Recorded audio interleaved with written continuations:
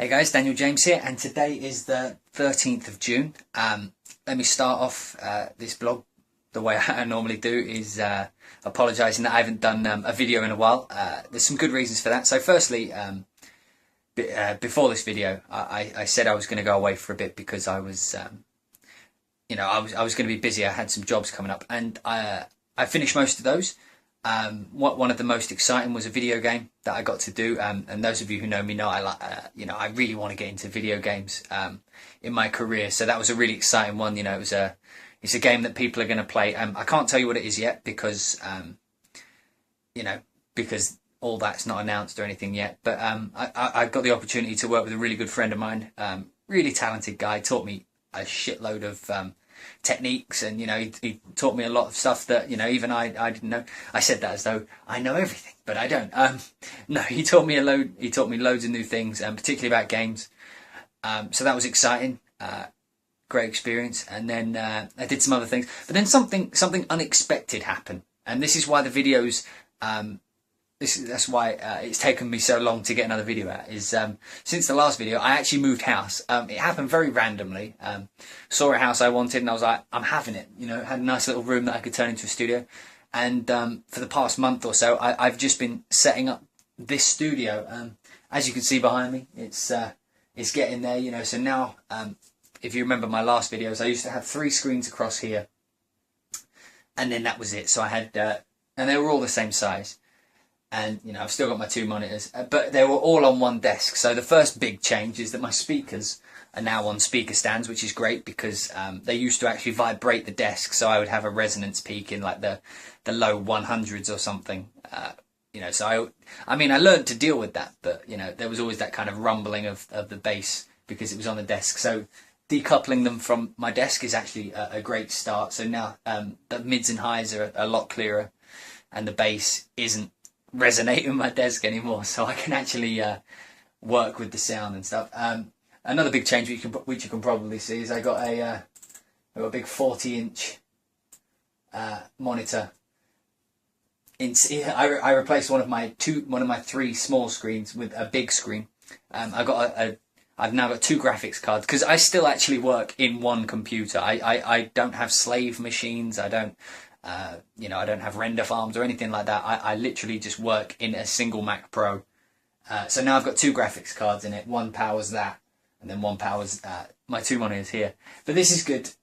I'll explain that in a video. In fact, I'll tell you now. So the main reason I got that, as opposed to having 3 across there, is when you're doing film and stuff, it's not the same experience watching a film when you're working on it to when you watch it on TV. There's something, the colours, just the size, the way that the film's blown out across the image. But when you've got it when you've got a big screen like that, you can sit back, and I'll show you in a second. But I've finally got a sofa in my studio as well, so that when directors and stuff come, they can sit and watch that big TV over my head. But yeah, when you're working on a film and stuff, it's important to be able to step away from the film and try and watch it from the viewer's perspective, because you get very often, as a composer, you get sucked into this kind of feeling where when you're working on the film and you're just working to this video like it's a piece of your computer kind of thing. It's just a video file. You don't see it as a film. You see it as a video file that you must work to. But now that I've got it on a TV, it's very easy for me to just push. Because I'm on a wheelie chair here. It's easy for me to just push back a few feet. And sit back and inspect my work, judge my work as though I'm a viewer. So is it too abrasive? Is it too loud? Is it not the right tone? And it's surprising how much easier it is to step away as an audience member when it's on a TV, particularly like a nice large one like that, because it just feels like I'm watching a film. Or when I'm working on a game, sometimes I'll have actual gameplay, sometimes I'll just have footage of a game. I'll put it on there, sit back and see how it makes me feel, because I'm very much a reactive composer. So I react to what I see, and it's been really great. So it's been tough for me to get back into work since moving into a new studio. And one of the most annoying things is I haven't yet got acoustic treatment. I did actually, when I first moved in like a month and a bit ago, I ordered some Auralacs, which are like the big foam panels and stuff. but they still haven't delivered them. They keep giving me the it's going to be next week, yeah, next week, and then it'll be a week later, and it's next week, and now they I rang them today, and they were like, good news, and what was that? It's going to be next week, so so good, but yeah, so it's you know, I feel surrounded by technology now, and it you know, it's really inspiring, it's really good.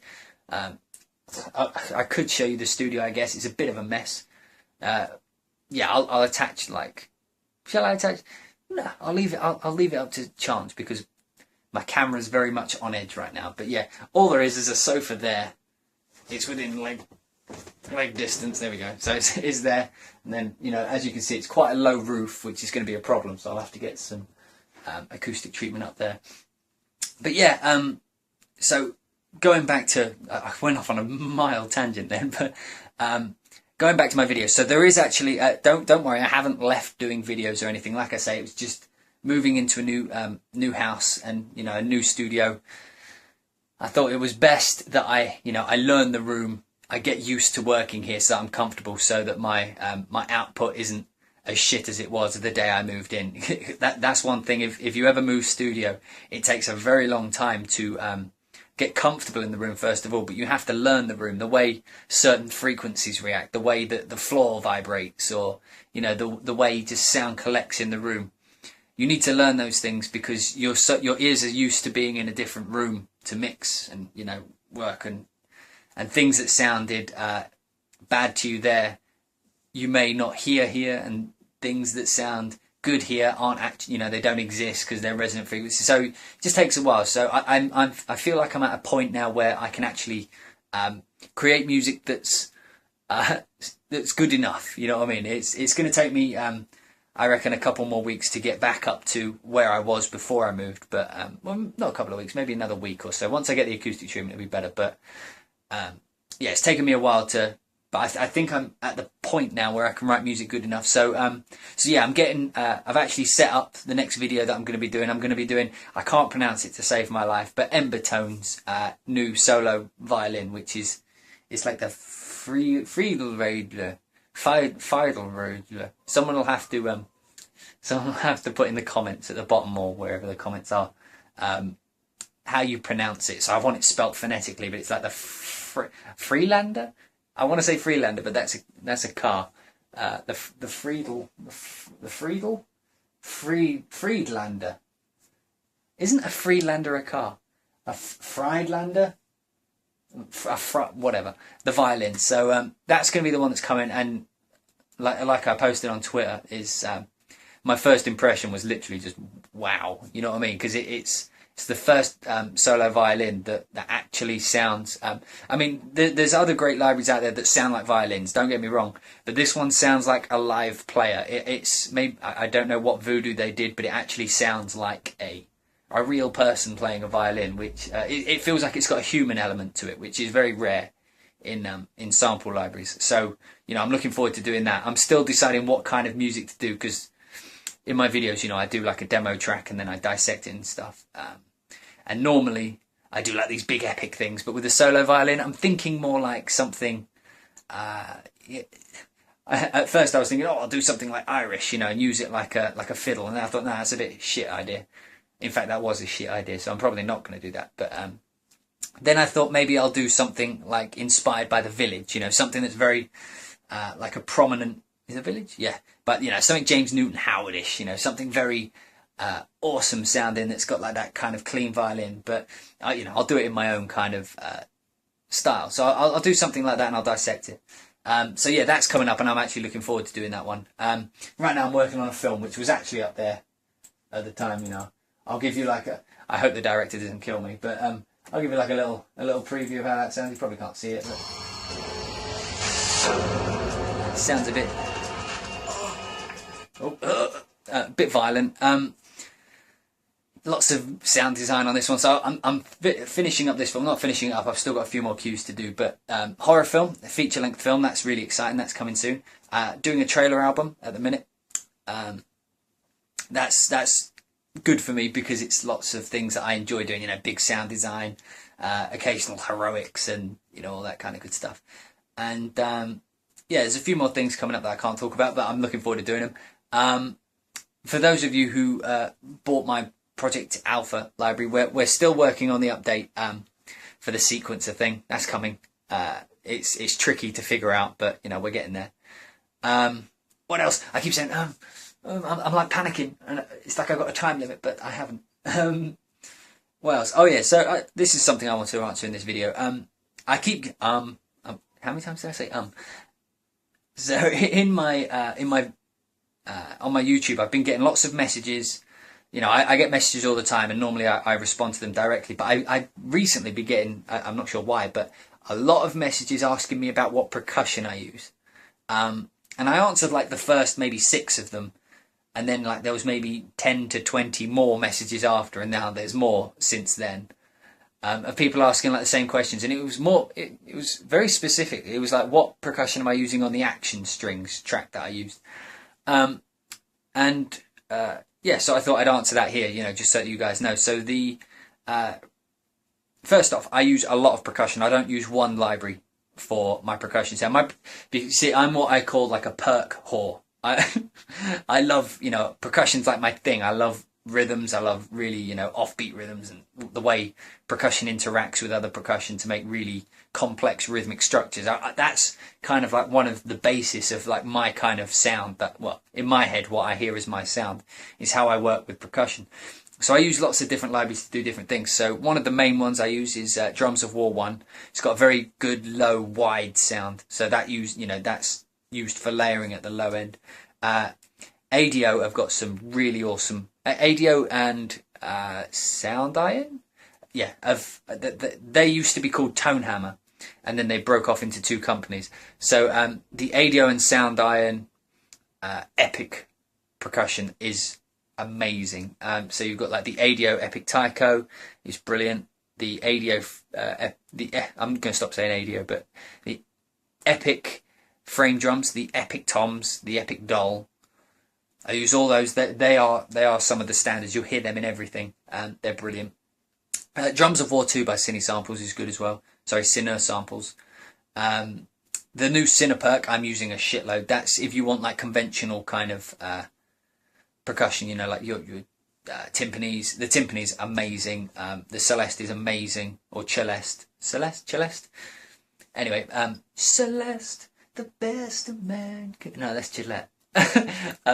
What? So the I use Heaviosity a lot. Heaviosity are amazing. Damage. Heaviossity's Damage. That's a bit grittier than the others. It's quite sound designy, but really powerful, really punchy, really strong. Percussion. I use Project Sam's True Strike 1.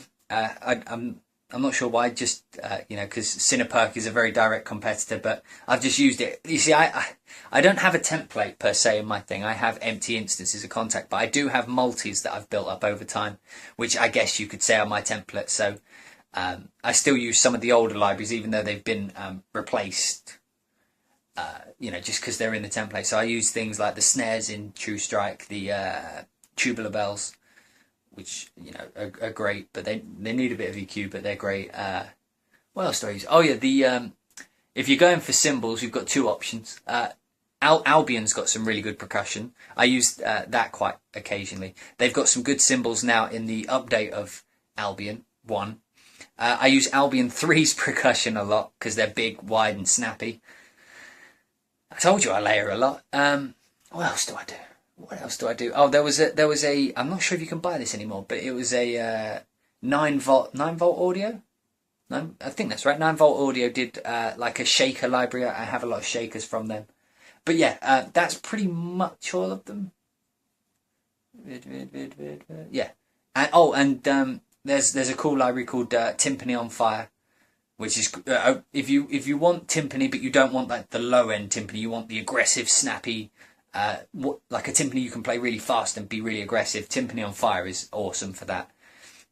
Yeah, all those layered together is my percussion sound. I do certain little tricks with percussion to make them sound the way they do, but that's my secret sauce.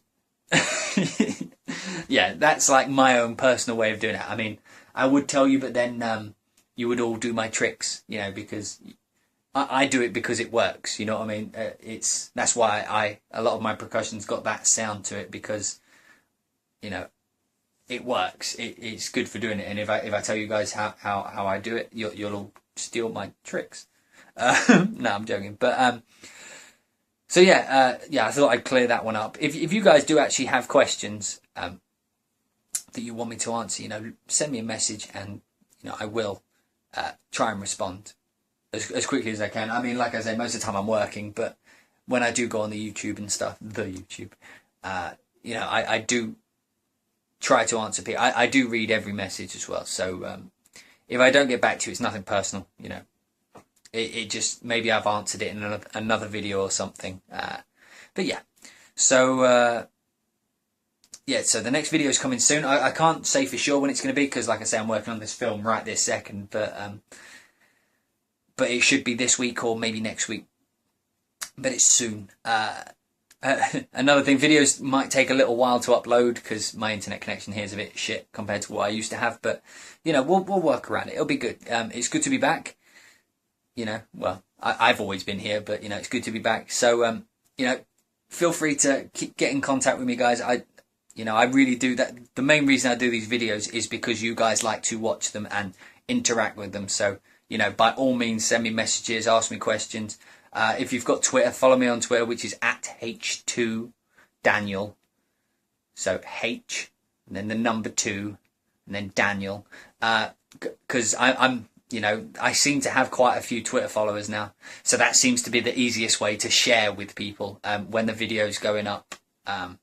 You know, and it's actually the easiest way for me to respond to questions as well, because it pops up on my phone when someone sends me a message. And my phone's right next to me all the time, so I can just, you know, done, and it's out of the way. I don't have to take time out to do it. It's just there. So, yeah, thanks for watching the video. I have no idea how long this video is. It's 1 AM right now, so I've lost track of time. Tangent. Thanks for watching. I hope you guys have enjoyed, you know, catching up, and I'm looking forward to seeing what questions and such you've got for me after this. So thanks guys, and I'll see you later.